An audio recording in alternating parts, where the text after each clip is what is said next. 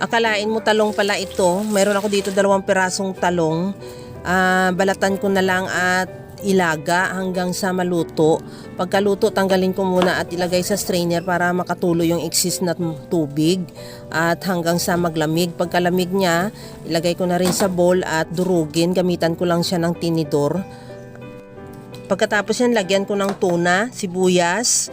Maglagay din ako ng siling green at cornstarch. Lagyan ko na rin siya ng paminta, liquid seasoning, asin at sesame oil.